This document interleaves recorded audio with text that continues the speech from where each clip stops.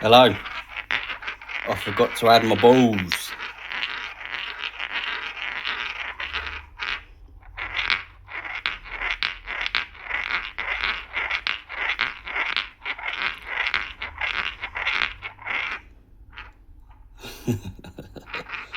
Just still balls. They're great though, man. Great. I just got these couple of razors ready as well.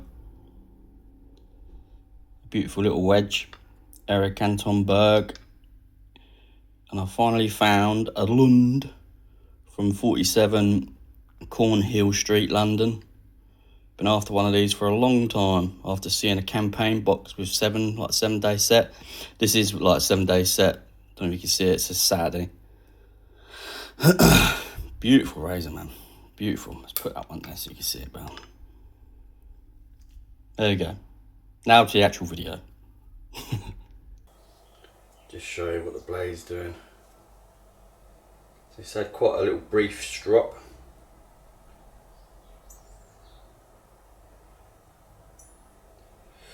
And it's chopping air.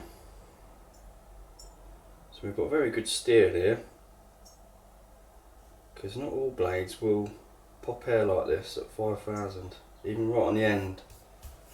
So we're going to do this little thin, relatively recent stone. No idea. Well, I have got an idea. I think it's a British slate, but we don't know. We're never really going to know, are we, unless we send it off for testing. And what I'm going to do is I'm going to cheat again here, just so I know whatever edge I now put on this is going to be the stone. So we're just going to add a thin layer of this Captain tape to change the angle ever so slightly. I was playing around with Captain tape the other day when I polished like 12,000 and stuff, and it's surprising what of an angle change it does make. I mean, it don't really last that long. It soon catches up, soon catches up to the rest of the bevel, but it's just a little way of cheating, and just to make sure that I know I'm hitting the very edge, basically. And we're going to do the same with all the other razors, and we're going to do the same with all the other stones. We're going to keep everything constant. This stone's got a little slurry stone, but I'm not going to use it at this point, because every stone I want it to have its own slurry from this little diamond plate. So again, we're keeping some form of consistency. This is quite a hard stone, I'd say. You can kind of see that translating into this little diamond plate. For instance, if I put it on some of my other stones, especially my little, well, it's not so much a little stone actually, but my soft J nut, wow, this one chews it up. But we've got something going on there.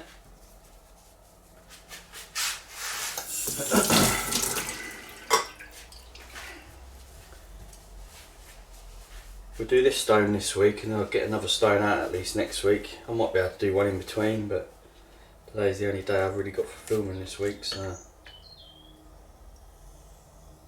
it feels smooth. Don't feel like it's kind of doing any damage on the face of it, but we'll only see that under the scope.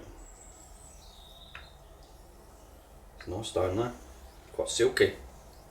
Not as silky as my water of air, that's a different level kind of silky, that is. Looks a bit like the Yellow Lake stone, well, the AB Salmon.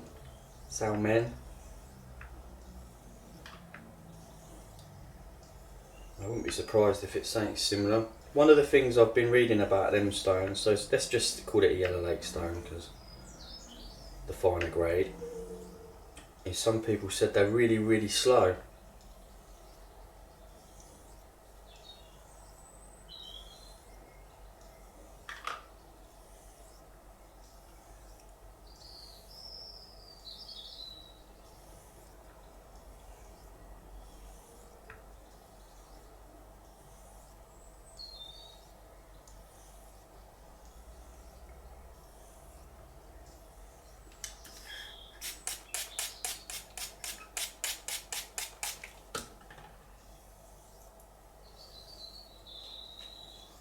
Bit of drag to it.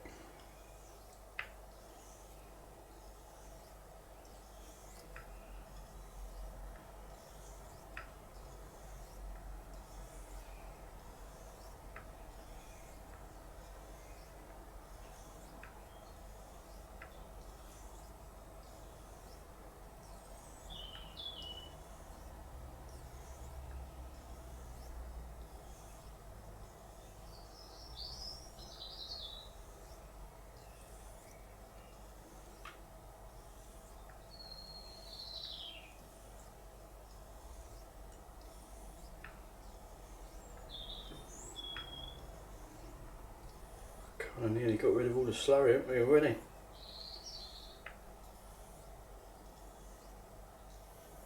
Not much of it coming back up the blade either.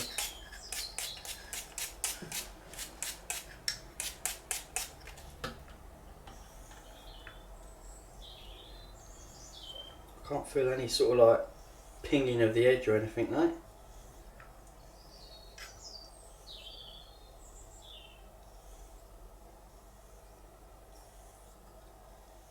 I can remember finding articles years ago about like the British stones, and the reason the German hones were such a kind of sort of success is that I think they were just generally a bit quicker, and they just didn't have the varied quality synthetic stones we've got now. So you know, you imagine they were just trying to set a bevel and then get an edge that they could call a finished edge off of another stone. So whereas we can, you know, nowadays take it up to 5 or even up to 8 and then use the finisher on it. So you can imagine if you'd set like a rough bevel on like a natural stone, a bevel setter, and then you went to a really fine stone, yeah, you can imagine it would have took a good while. You know, they didn't really have access to little diamond sort of plates to raise slurry the way we do.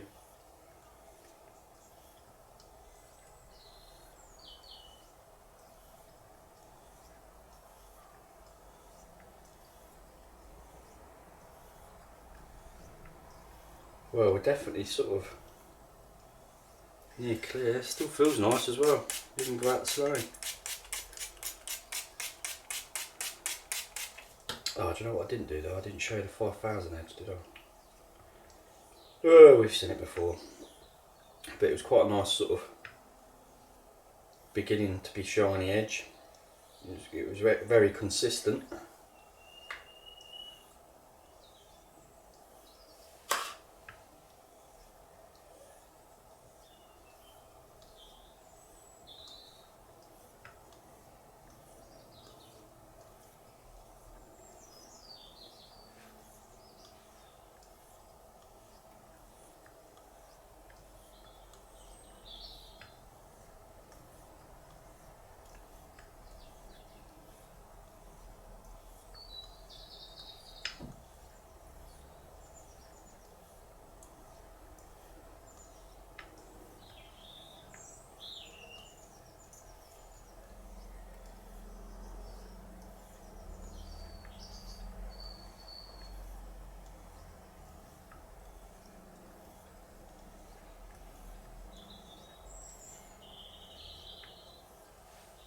I must say, it's got a nice feel. Right, let's have a little look. Let's see what we what's been imparted on it. It's definitely going to have done something. Let's just put the old Morton back in so we get a bit of a reference.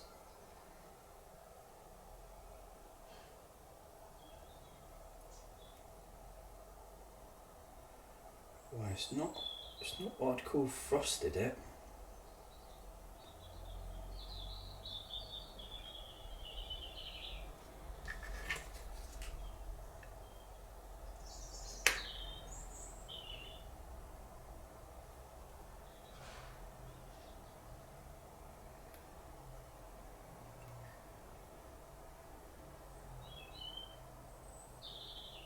There's that little tiny black dot there. Shouldn't bother to show.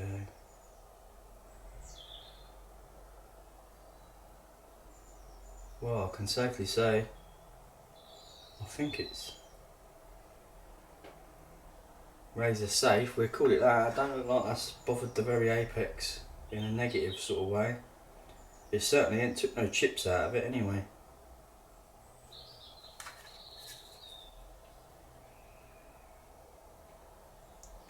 And it is definitely slower than my J-Nats, whatever kind of way I look at it.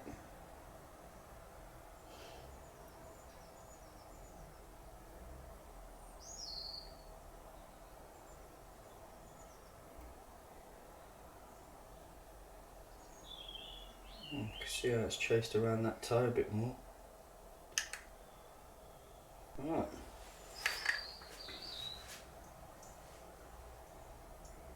It feels like it's sharp on my thumb. Right, what I'm going to do is I'm just going to turn this off and go and strop it. I'm going to strop it on the cloth side, and then I'll strop it on the leather side. Two different noises. Hello, back. Yeah, so I just stropped it on the linen, and then on the leather, not extensively. I did try to film it with my camera, but I couldn't be bothered to move all this. But look, this is a thin air as well, this is. And that is popping better than it was off the 5000. Even at the end, with that tiny piece of air. Like I said as well, that's thin air, that is. It's one of my wife's air, and my wife's air varies from coarse to thick. This is one of her white airs, just don't remind her, will you? See that pop off there?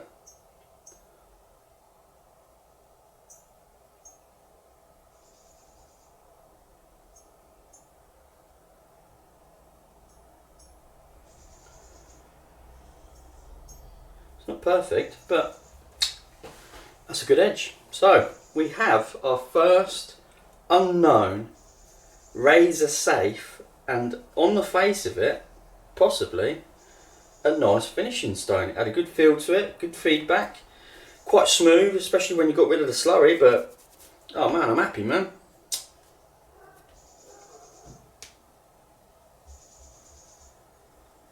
It's got some lovely little patterns in it as well. Right, well, that's lovely. Have a good day. Toodaloo.